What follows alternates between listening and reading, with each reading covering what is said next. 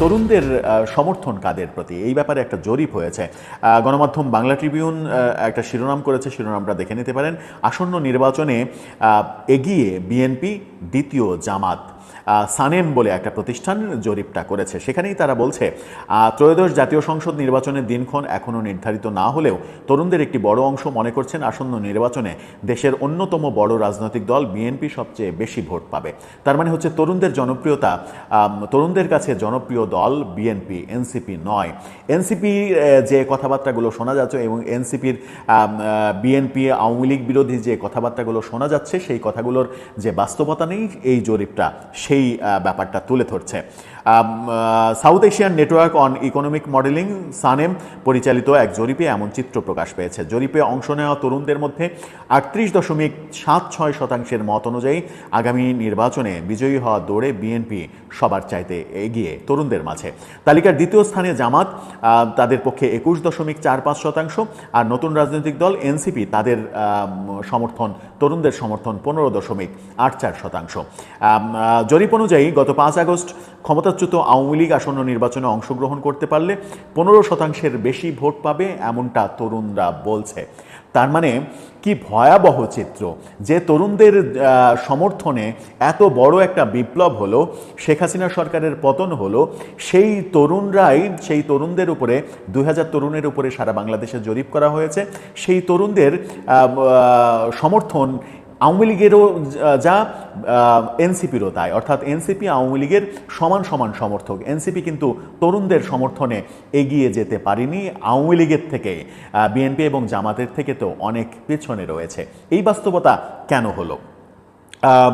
অন্যান্য ধর্মীয় দলগুলো সম্মিলিতভাবে 4.59% ভোট পাবে, জাতীয় পার্টি 3.77%, অন্য ছোটগুলো দলগুলোর সমর্থন 0.57।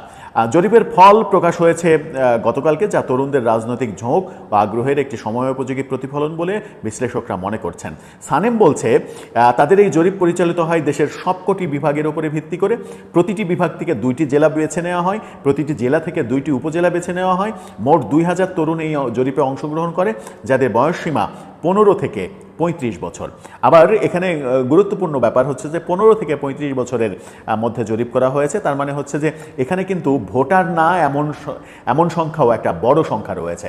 অর্থাৎ ভোটার কিন্তু 18 বছর থেকে, এই জরিপটা করা হয়েছে 15 বছরের বয়স থেকে। সুতরাং এই জরিপের জনপ্রিয়তা যে আবার ভোটের জনপ্রিয়তা, সেটাও বলা যাবে না। অংশগ্রহণকারীদের 40% শিক্ষাগত যোগ্যতা এসএসসির নিচে, 60% এইচএসসি বা তার উপরে। জরিপের লিঙ্গভিত্তিক ফলাফল তুলে ধরে তারা বলেছে ছেলেদের মধ্যে 40% বিএনপি, অর্থাৎ ছেলেদের মধ্যে বিএনপির সমর্থন বেশি, 22.21% জামাত এবং 14.44% এনসিপিকে ভোট দেওয়ার কথা বলছে। অর্থাৎ ছেলেদের মধ্যে এনসিপির জনপ্রিয়তা কিন্তু কম। সামষ্টিকভাবে তারা 15-র বেশি হলেও মানে ছেলেদের মধ্যে তাদের সমর্থন কিন্তু 14। এটাও একটা খুবই নেগেটিভ প্রতিফলন তাদের জন্য। মেয়েদের মধ্যে 37.03% বিএনপি, 20 মেয়েদের সমর্থন আবার জামাতের কম, 20.57% জামাত, 17.47% এনসিপির পক্ষে। অর্থাৎ মেয়েদের, তরুণীদের মধ্যে এনসিপির পক্ষে যাওয়ার প্রবণতা রয়েছে। তরুণীদের মধ্যে যাওয়ার প্রবণতাটা নানাভাবে হতে পারে। এই যে ইয়াং লিডার নাহিদ, হাসনাত, সার্জিস, পাটোয়ারি, এই যে ইয়াং এবং প্রায় সবার চেহারা ভালো, তরুণীদের একটা ক্রাশের ব্যাপার থাকতে পারে। তরুণীদের ক্রাশের ব্যাপার অনেকে সামাজিক যোগাযোগ মাধ্যমে তো অনেক লেখালেখিও হয়েছে সার্জিসের ছবি নিয়ে, তুমি আমার ক্রাশ। এই যে ক্রাশ জাতীয় ব্যাপার, সেটাও একটা প্রভাব ফেলতে পারে তরুণীদের মাঝে। সেই কারণে তরুণীদের ভোট আমরা এখানে বেশি দেখছি। জরিপে অংশগ্রহণকারীদের মধ্যে শহর ও গ্রামের সমান প্রতিনিধি ছিল, এমনটা জানানো হয়েছে। জরিপের ফল অনুযায়ী অংশ নেওয়া গ্রামীণ তরুণদের মধ্যে 37.72% বিএনপি, 21.25% জামাত, 15.38% এনসিপিকে সমর্থন দিয়েছে। আর শহুরে তরুণদের মধ্যে, অর্থাৎ শহরে কিন্তু বিএনপির জনপ্রিয়তা বেশি, 39.77% বিএনপি, জামাত 21.66%। শহরে ভয়াবহভাবে, শহরে এনসিপির যে মানে ভয়াবহ না, প্রাসঙ্গিকভাবে শহরে তাদের জনপ্রিয়তা একটু বেশি, 16.28% সমর্থন পেয়েছে। অপরদিকে জরিপে দেখা গেছে আওয়ামী লীগের প্রতি এখনও গ্রামীণ তরুণদের সমর্থন রয়েছে, অর্থাৎ গ্রামীণ তরুণদের 16.62% সমর্থন রয়েছে, আর শহুরে তরুণদের 13.46% আওয়ামী লীগের সমর্থন রয়েছে। গ্রামীণ তরুণদের যে 16.62% সমর্থন আওয়ামী লীগের পক্ষে, সেখানে দেখা যাচ্ছে যে গ্রামীণ তরুণরা এখনও এনসিপির চাইতে আওয়ামী লীগের সমর্থক বেশি। তাহলে বাস্তবতা কি দাঁড়ালো? এই যে বৈষম্য বিরোধী আন্দোলনের পর, যেটা এর আগে একটা ভিডিওতে আমরা ব্যাখ্যা করেছি, যে বৈষম্য বিরোধী আন্দোলনের সময় যে জনপ্রিয়তা ছিল, এনসিপি গঠনের পরে সেই জনপ্রিয়তায় যে ভাটা পড়েছে, সেই দৃষ্টান্ত কিন্তু দেখা যাচ্ছে। আবার এই জরিপ শুধুমাত্র তরুণদের ওপরে, আবার ভোটার না এমন তরুণদের ওপরেও এই জরিপ চালানো হয়েছে। সব মিলিয়ে এই জরিপ কিন্তু একটা আশঙ্কার বার্তা দিচ্ছে এনসিপির জন্য। যদি তরুণদের মধ্যেই তারা 15% বেশি জনপ্রিয়তা অর্জন করতে না পারে, তাহলে অন্যান্য বয়স্ক, অর্থাৎ 35-এর পরের থেকে বৃদ্ধ বয়স্ক যারা, তারা তো এনসিপিকে চেনেই না, এনসিপি নেতাদের কাউকে চেনেই না, বেশিরভাগ অর্থে হয়তো 80% মানুষই তাদেরকে চেনে না। সুতরাং ভোটের ইকুয়েশনে গিয়ে সারা বাংলাদেশে এনসিপির যে একটা ভরাডুবি হবে, এনসিপির যে প্রত্যাশা 400 আসনের মধ্যে 300 আসনেই বিজয়ী হয়ে সরকার গঠন করবে, সেই সরকার গঠন বাস্তবতার সঙ্গে অনেক ফারাক। সেখানে এই জনপ্রিয়তায় যে এই জরিপটা যদি আরও 6 মাস আগে হতো, হয়তো এই জরিপের ফলাফল অন্যরকম হতে পারত।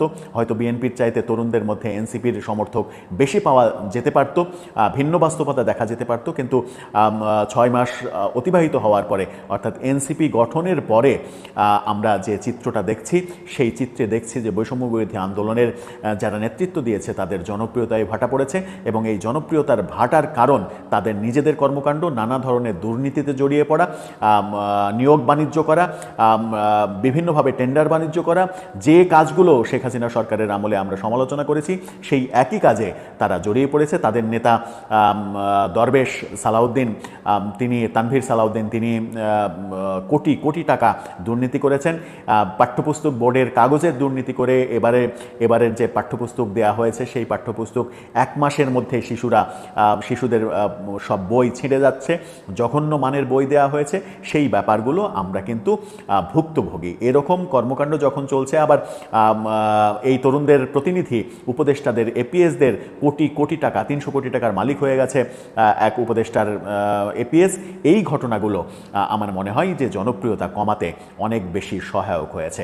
এখান থেকে জনপ্রিয়তা বাড়ানোর একমাত্র উপায়, যে কর্মকাণ্ডের সঙ্গে তারা লিপ্ত রয়েছে সেখান থেকে ইউটার্ন করা, এবং বাংলাদেশে যেভাবে মব ভায়োলেন্সকে পৃষ্ঠপোষকতা তারা করছে সেখান থেকে ফিরে আসা, এবং প্রকৃত অর্থে নতুন বাংলাদেশ বলুক আর মানে রিফাইন্ড বাংলাদেশ বলুক, সুস্থ বাংলাদেশ বলুক, সেই বাংলাদেশে নতুন কালচার তৈরি করতে হবে, যেটা সুস্থ কালচার। দর্শক, আপনার কি মনে হয় এদের জনপ্রিয়তায় যখন ভাটা লক্ষ্য করা যাচ্ছে তরুণদের মধ্যেই, তখন সার্বিক জনপ্রিয়তা কোন পর্যায়ে গিয়ে দাঁড়াবে? আপনার মতামত জানিয়ে লিখতে পারেন আমাদের কমেন্ট।